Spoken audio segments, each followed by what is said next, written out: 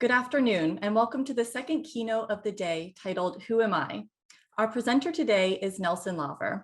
Nelson was determined to overcome illiteracy forced upon him by dyslexia and an educational system that chose to label him as unteachable. Nelson had dreams for his booming radio voice, but the inability to read was stopping him from meeting his goals. At 29 years old, he sought help through an occupational rehabilitation program. Through professional and exhaustive evaluations, it was determined that as a means of compensating for his reading and writing disability, he had unknowingly fine-tuned his listening and speaking skills to extraordinary levels. The little boy who teachers had given up on was actually quite brilliant. During his rehabilitation, he purchased a simple word processor to practice his letter and sentence structure. Not knowing how and what to type, he started to hunt and peck short stories about himself, friends, and the small Pennsylvania community around him. He produced many fine short stories that soon became the basis for his first CD, The American Storyteller. Today, The American Storyteller has become part of a nationally syndicated radio program featuring Nelson and his gifted voice. A syndication that everybody said could not grow, let alone survive, is now heard on 68 stations throughout the Midwest.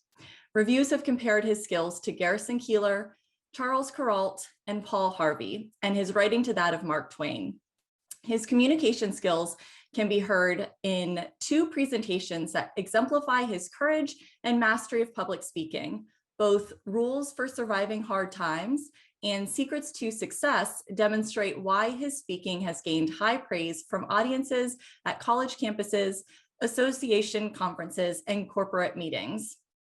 Several clients include NASA, National Bureau of Prisons, Kansas Association of Casualty Insurance Companies, Indiana University of Pennsylvania, Partners in Policymaking Tennessee, and the Youth Leadership Forums of Louisiana, Tennessee, Wyoming, and Ohio. If you have any questions, please feel free to type those into the Q&A box at the bottom of the screen. We won't have time to address those questions during this session, but we will have Nelson answer your questions in his Q&A session, which immediately follows this keynote presentation. On that note, I'll hand it over to you, Nelson. Well, hi, everybody. I hope my microphone and camera are working okay. And let me explain a little bit about the hat. I have a few disclaimers. The hat may be a little distracting for you, but not wearing the hat may be a little more distracting for you. I'm going to have surgery on the 24th, and we'll talk a little bit more about that a little later on in the presentation. And in order to get me ready for that, the surgeon, a neurosurgeon, cut my hair. And now, no Charles Manson jokes. I look like Charles Manson. I have four, if you can see these, 4 of these little screws screwed into my skull to prepare me for this surgery. They told me they're like GPS markers, and the surgeon will know where to go based on these little screws. And they're titanium, by the way. They look gold. I wish they were gold. But so, and as part of that surgery, one thing you'll notice me do during the presentation, which is a great faux pas in the world of speaking, is I'll touch my face. And the reason I touch my face is because I'm having a little bit of trouble because of the upcoming surgery, the reason for the surgery, and it helps the muscles in my neck to stay where they should be. Another disclaimer, you'll be happy to know that I can't drive today because I'm on pain meds. But I'm good enough to be with you, and it may make it even more fun. So with all that said, let's get started. Let me tell you about a gentleman that I met when I was 29 years old. My mother always was saying, you know, when are you going to get a real job. You know, you bounce around from all these entrepreneurial pursuits. Well, it was pretty hard to get a real job because I couldn't fill out an application for a real job. So I would start little small businesses, and I would take them as far as I could take them. And then sometimes they would just fall flat on their face and fail. Other times I was able to sell them and do okay. And one business that I owned was a parking lot line painting business. And a friend of mine who owned a car dealership called me and he said, "Hey, Nelson, could you come out and paint lines? I want to get as much inventory on my parking lot as my space as I can. And we want to lay this out and paint lines and keep our cars organized." I said, "Sure, I'll come out and talk to you about what you want to do." Well, he was a car dealer. And of course, car dealers are notoriously great at negotiation. And he beat me so far down on the price for this job that I just had to politely decline. You know, he was a good friend, and that didn't stop him from beating me down on the price. But he was a good friend. And I said, I'm sorry, John, but I'm respectfully declining.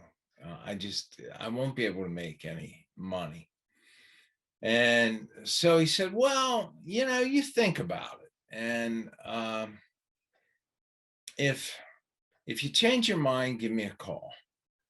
Well, I did think about it. And I thought, you know, I could do it over the weekend. It'd keep my guys working. I'll make a little bit of money, and that'll help keep the electric on and the phone on and everything else. So I woke up really early in the morning. It was hot, the hottest part of the summer, and I'd been out on the blacktop all week. And it was a Saturday morning, and I woke up and I just sat on the side of my bed and I said, "I'm not going. I just, uh, I don't want to do this. It's just," and then I thought, well, I gave the man my word. A deal is a deal. I called him back, I told him, yeah, I'll come out and do it. So I loaded up my little S10 Chevy pickup truck with my paint machine, and I met my guys there. And we started painting lines. And all the seasoned car salesmen, they were in the dealership building. And they were in there smoking cigarettes and drinking coffee, just waiting. Waiting for the first victim of the day to show up. And then the rookie car salesmen, they were out on the lot with me. They were moving cars so that when I was done over here, I could move over there. And then they move cars around some more and blah, blah, blah. So sure enough, a Country Squire station wagon pulled in, one of those with the wood siding, or faux wood siding, and pulled right in front of the dealership. Now, this car caught my eye because when I was a kid, my dad had a Country Squire station wagon, and we loved that car. So this guy steps out of his car, a little curmudgeon-y looking guy, kind of looked like Andy Rooney. And the seasoned car salesman, man, they start out the door and he waves them off. And he walks out through the parking area where I am, and he walks past the rookie car salesmen who are out there moving cars around. And he's got a beeline straight on me, you know. Now I'm the guy with hearing protection on, running a big noisy paint machine, and he's walking at me. And that, when I was on the parking lot painting lines, that meant one thing. That was someone who saw me painting parking lot lines. They had a parking lot that they wanted to have repainted or striped or laid out, or their handicap spaces put in. And they wanted to ask me for a price.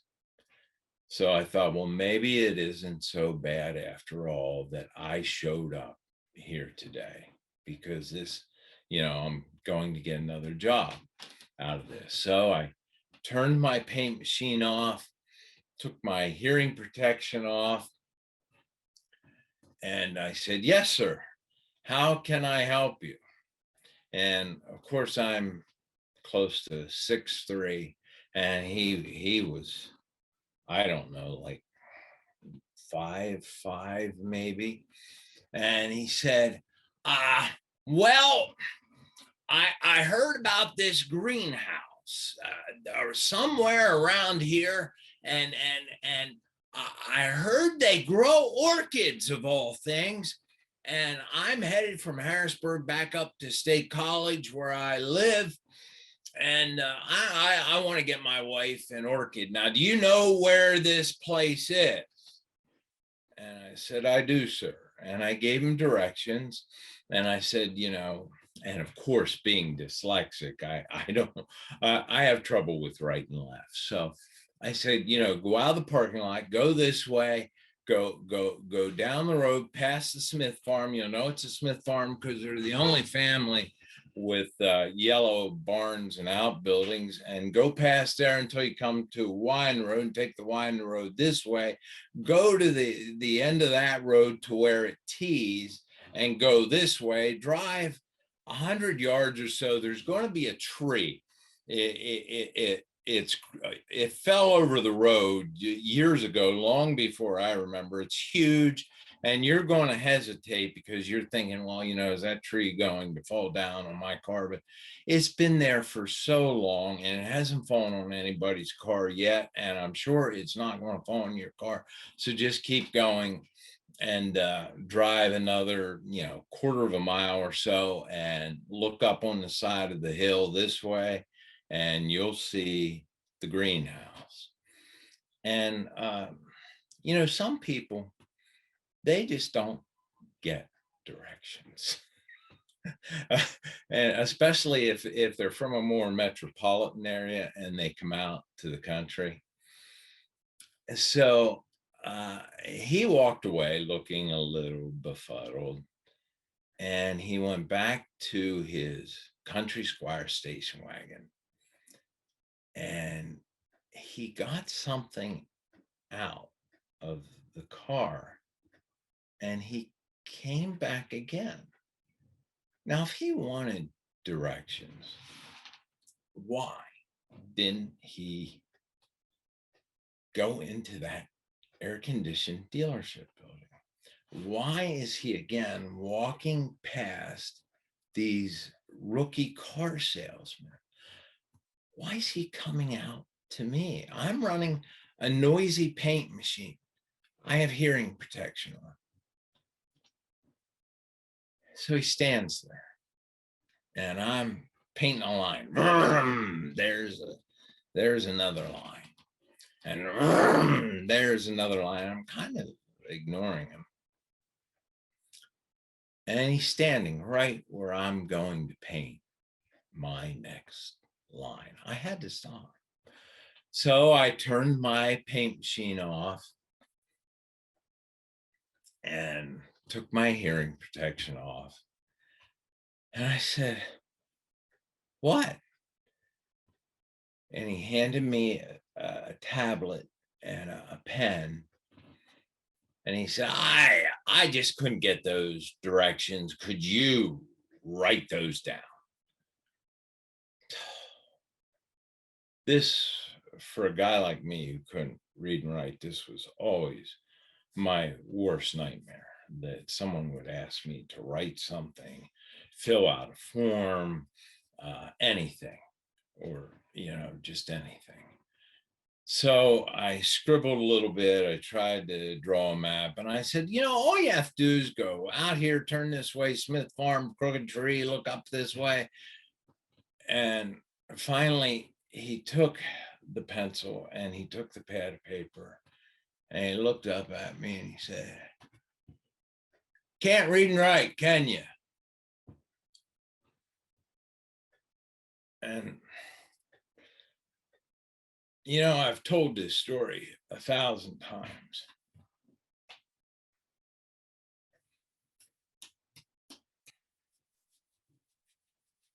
I don't know why. Here I am, 29 years old. I've been hiding this all my life. And I'm about to admit to this old curmudgeon-y guy that, yes, sir, your assumption is correct. I am, for all intents and purposes, what you would refer to as functionally illiterate. He said, "Well, have you ever heard of dyslexia?" I said, "Sir, I haven't. And quite frankly, when you spit out words like that, it scares me. And I can tell you that my father took me to see the finest medical minds of their time. They said nothing was wrong with me. At no point did anybody ever try to get me to read or write anything in any of these evaluations. And they just told my father that I was a low IQ kid." And I explained that to the gentleman, and he said, "Well, I beg to differ. If you are dyslexic, as I believe you are, there is great hope for you. And I would assume this is your pickup truck right here. It had yellow traffic paint all over it. Why don't we sit down on the tailgate and chat for, give me 5 minutes." Well, an hour and a half went by, and he so overwhelmed me with information about how to get help, what dyslexia was. He told me his name,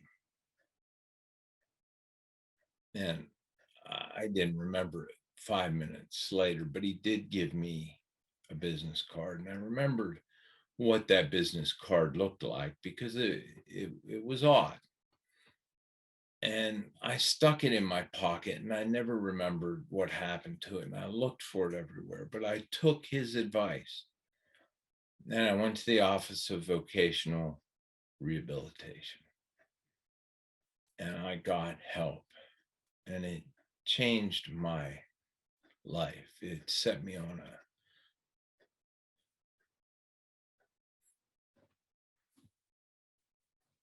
trajectory that no one would have ever imagined for me. So going back, I went to school, like all other kids. And, on my very first day of school, I met the most wonderful first grade teacher in the history of the world. God bless her. Her name was Mrs. Parsons. And you can say anything you want, good, bad, or indifferent about anybody. I think in the South, you folks say, bless her heart. Up north here, we say, God bless them. I met Mrs. Parsons. God bless her. And I think I was her favorite student. I think every kid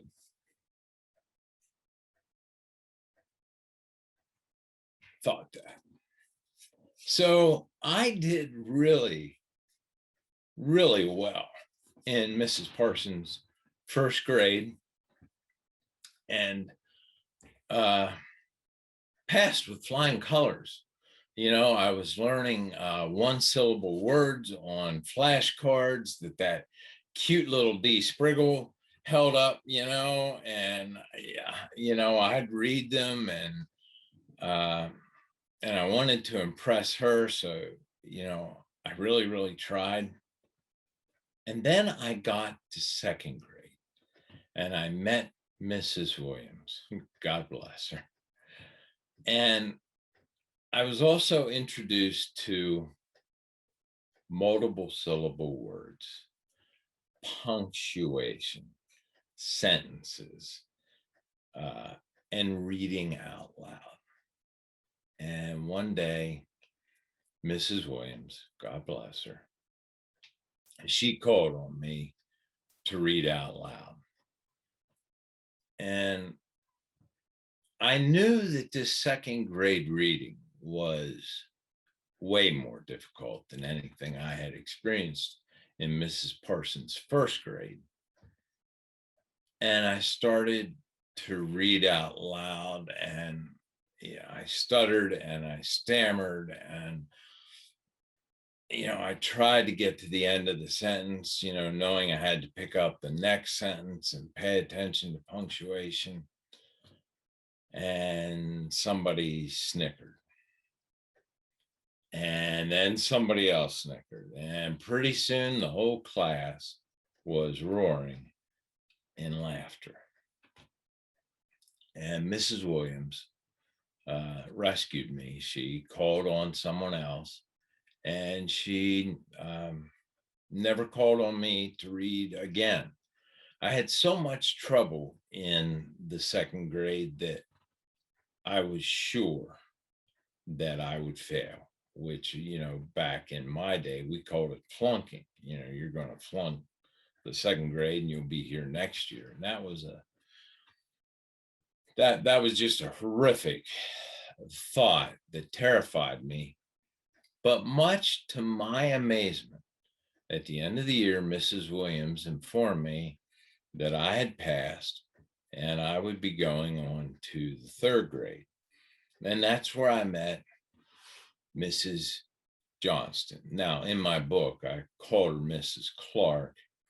And let me just preface this by saying, before anybody gets any ideas about going out and finding Mrs. Johnston or burning down her house or beating her up or stealing her pocketbook, she went on to become a master teacher. And she has apologized to me. And also, let me say that when you become an autobiographical writer, people do have a tendency to apologize to you. But I give Mrs. Johnston a pass. She was a young first-year teacher, all of 23 years old. I could have a daughter today, that age. This was not one of her finer moments. And another moment in my life that changed things dramatically. She gave us worksheets every morning. I want your first name, middle name, and last name on the top of this busy sheet. And we worked on these while, everyone was coming in and, hanging up their coats and what have you. And one morning we came in, we were hanging up our coats, and there was Mrs. Johnston facing the blackboard. She had a piece of paper in her hand, and she was writing something the whole way across that blackboard. And we looked with great curiosity. We quietly went to our seats, and she finished, and she turned around and she said, "Does anybody have any idea what it is that I have placed here on the blackboard?" No, Nobody had any idea. It didn't look like anything anybody had ever seen before. Well, we're going to start over here. We sat in alphabetical order. We're going to start over here with Danny Ocker. And Danny Ocker was a nice kid, very Pennsylvania Dutch. I liked him. He was a good friend. And he looked at it, and in his Pennsylvania Dutch accent, he said, "No, Mrs. Johnston, I have no idea what that says." And we just kept going back the row until we got to those Kaufman triplets. Now, those Kaufman triplets, they were the smartest girls in the class, smartest kids in the class. And, you know, first up is Brenda Kaufman. And they all look alike, they all dress alike, and you really can't tell them apart. And just brilliant, brilliant, brilliant, pretty. And you had to hate them because they were so smart. but I didn't hate them. I liked them. But Brenda Kaufman looked at it and she said, "Well, to me, Mrs. Johnston, that looks like Neslon Chas liver."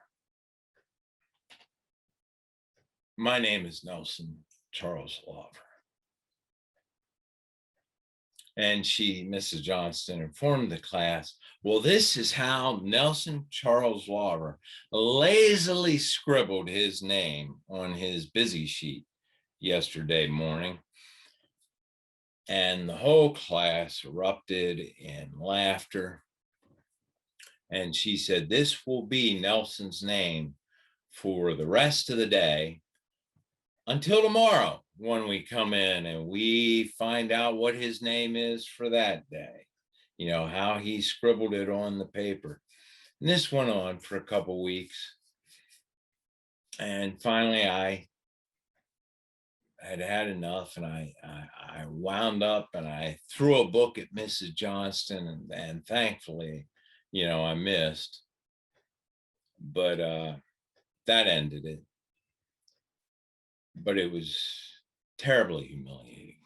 And I just made up my mind I would never allow anyone to see me try to read, try to write, anything.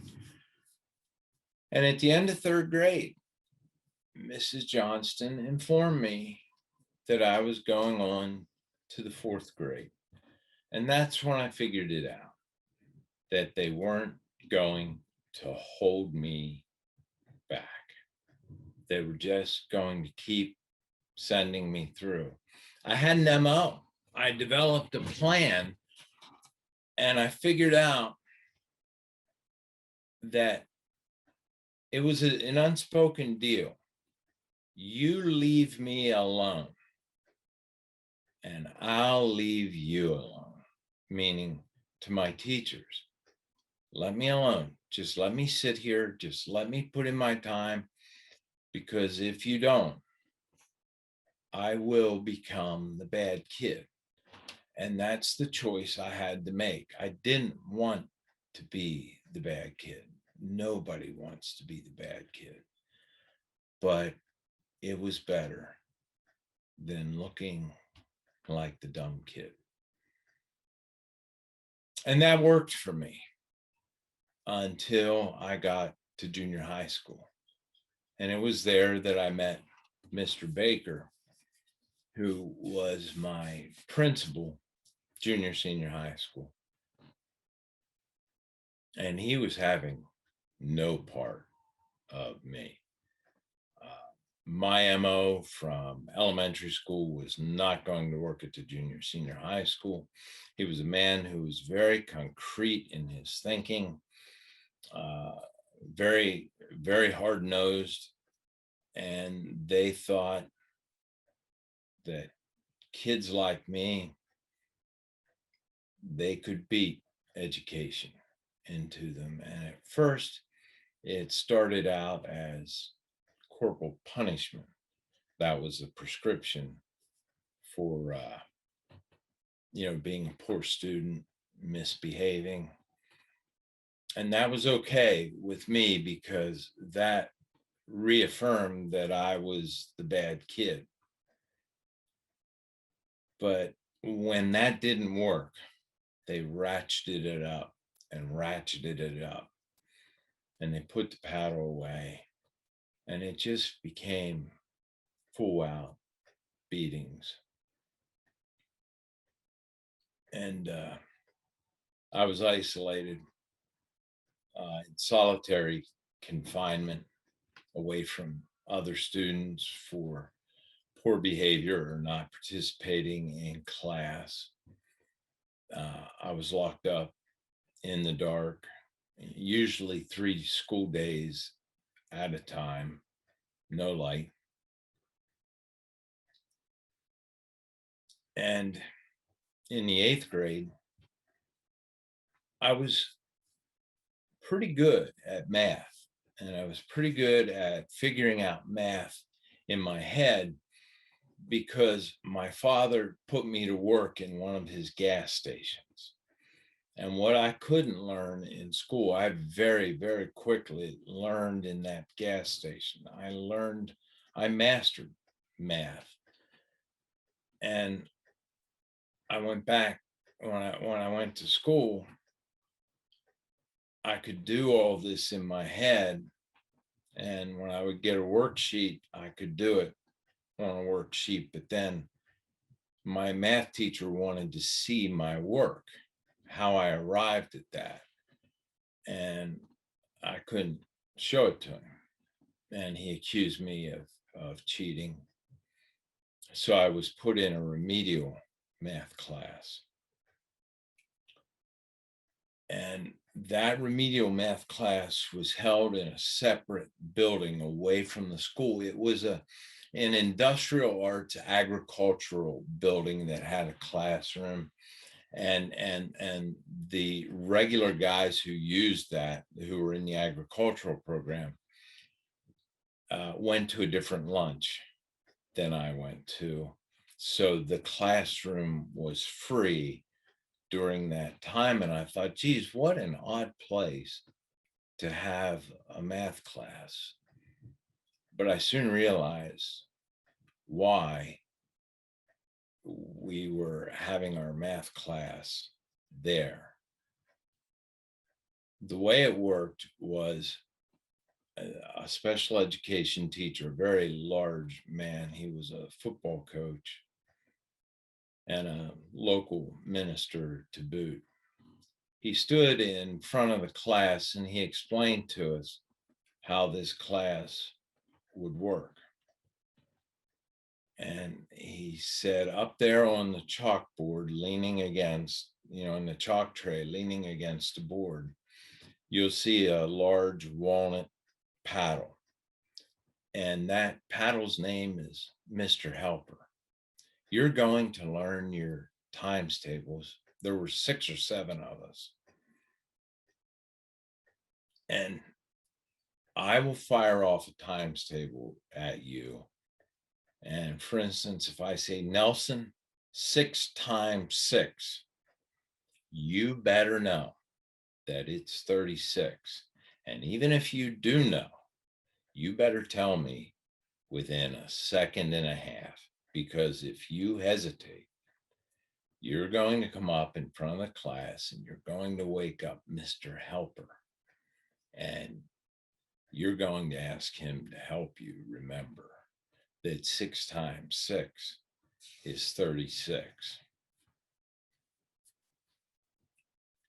I was the first person to miss a times table. I knew the times table, but I was so scared that I couldn't get it out. And of course, I had to go up front. And I did. And he wanted me to repeat a poem for waking up Mr. Helper. And I said, no, I won't. And he said, well, you will, or we'll call your friend Paul Yater here up with you. And not only are you going to get paddled, but so is Paul.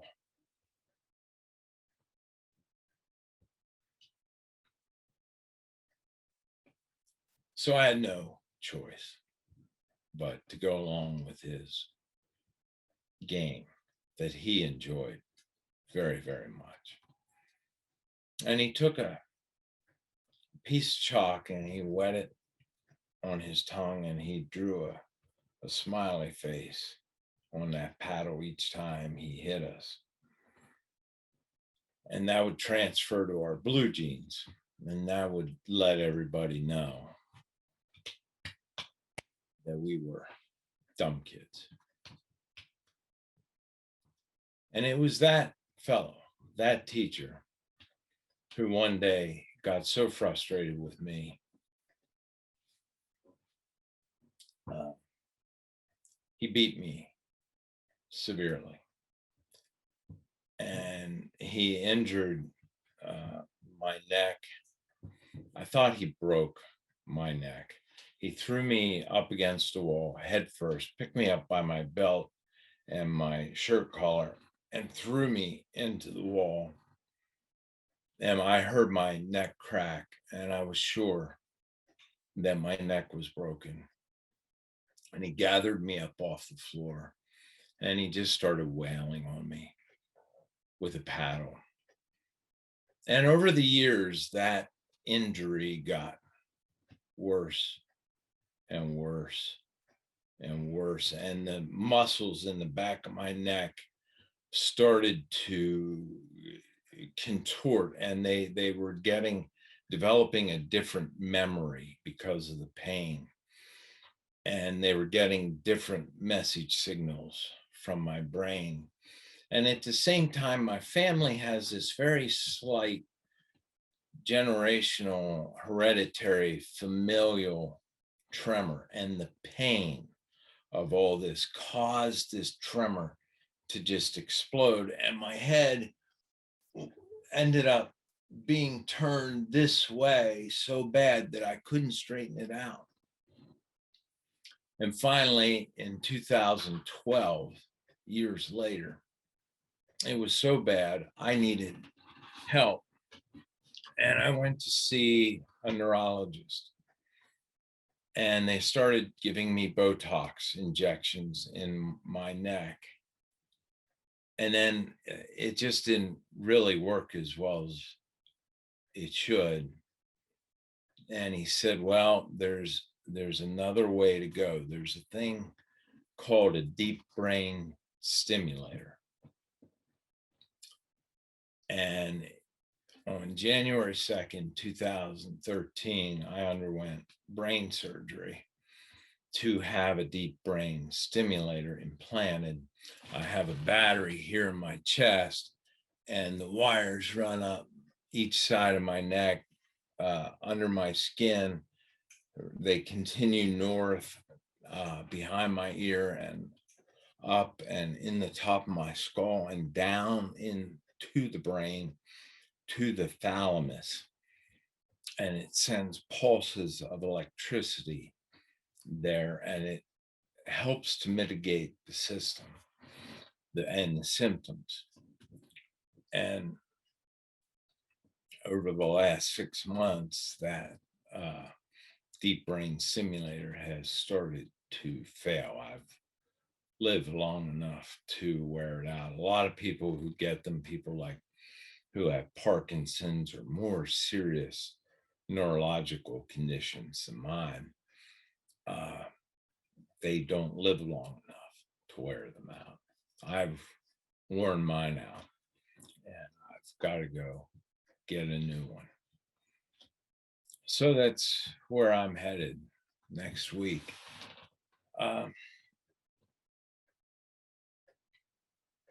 That's my story.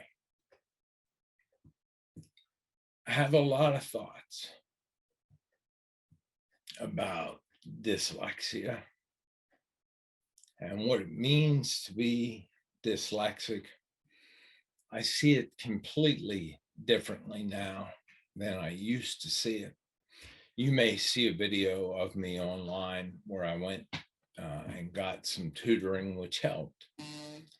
But I told my tutor that I wanted to be fixed, that I felt like I was broken. I don't feel that way anymore. I think, in spite of everything that has happened, dyslexia is a gift that I have learned how to harness. And it is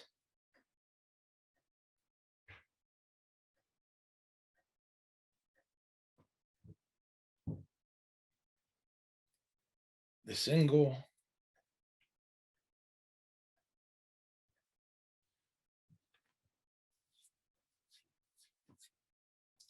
it is the single best thing that has ever happened to me. I would not trade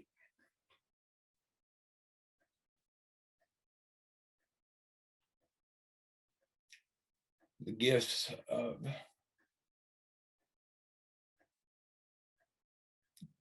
dyslexia friend.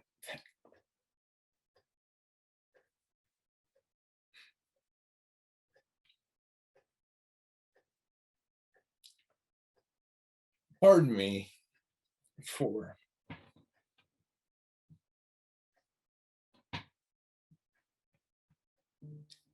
being emotional.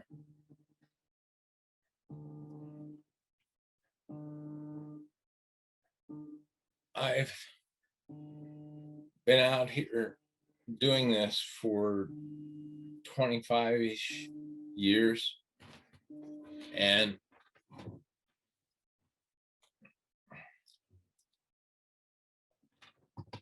I'm sorry. This is my last engagement. It's time to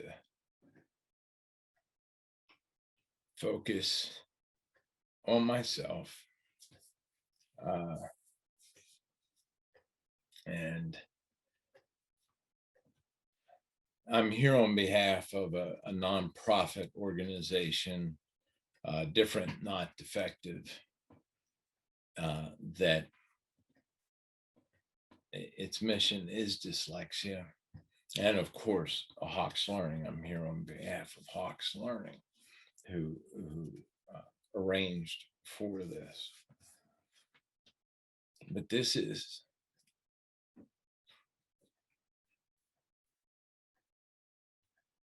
it.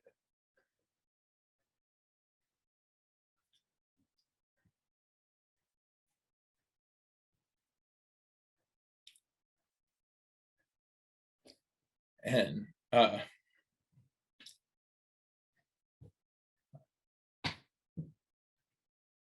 I'm retiring, and I am my mission in retirement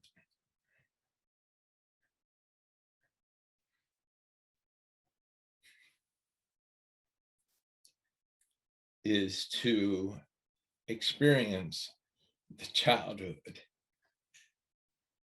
that I never did. Going to ride some horses, going to build a fort,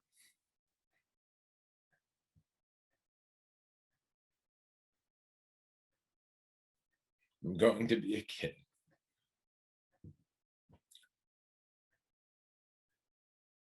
Thanks. Thanks for being here today. And I hope to see you at the Q&A. Thank you.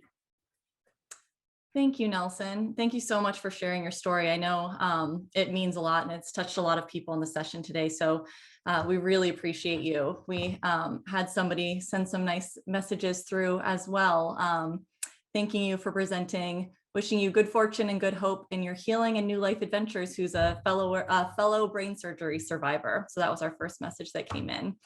I hope that many of you are able to join us for the following session immediately after this. We're going to keep Nelson here with us and answer some of the questions. We had some great ones that are coming through in the Q&A here. And then I actually had a lot of colleagues who had many questions for you as well. I don't think we're going to be able to get through every single one of them, but we'll do what we can in that following session. We do have a quick 3-question poll for the presentation that's going to pop up here momentarily if you all don't mind filling that out.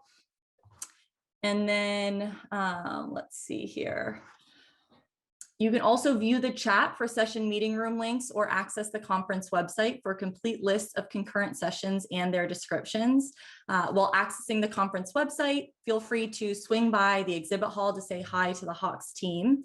You can view a quick demonstration, be entered to win an hourly giveaway where you can win a smart pen, standing desk, or a $100 Amazon gift card. But please do try to be back here by 2 p.m. Eastern time if you can, because we'd love to have you for the next session.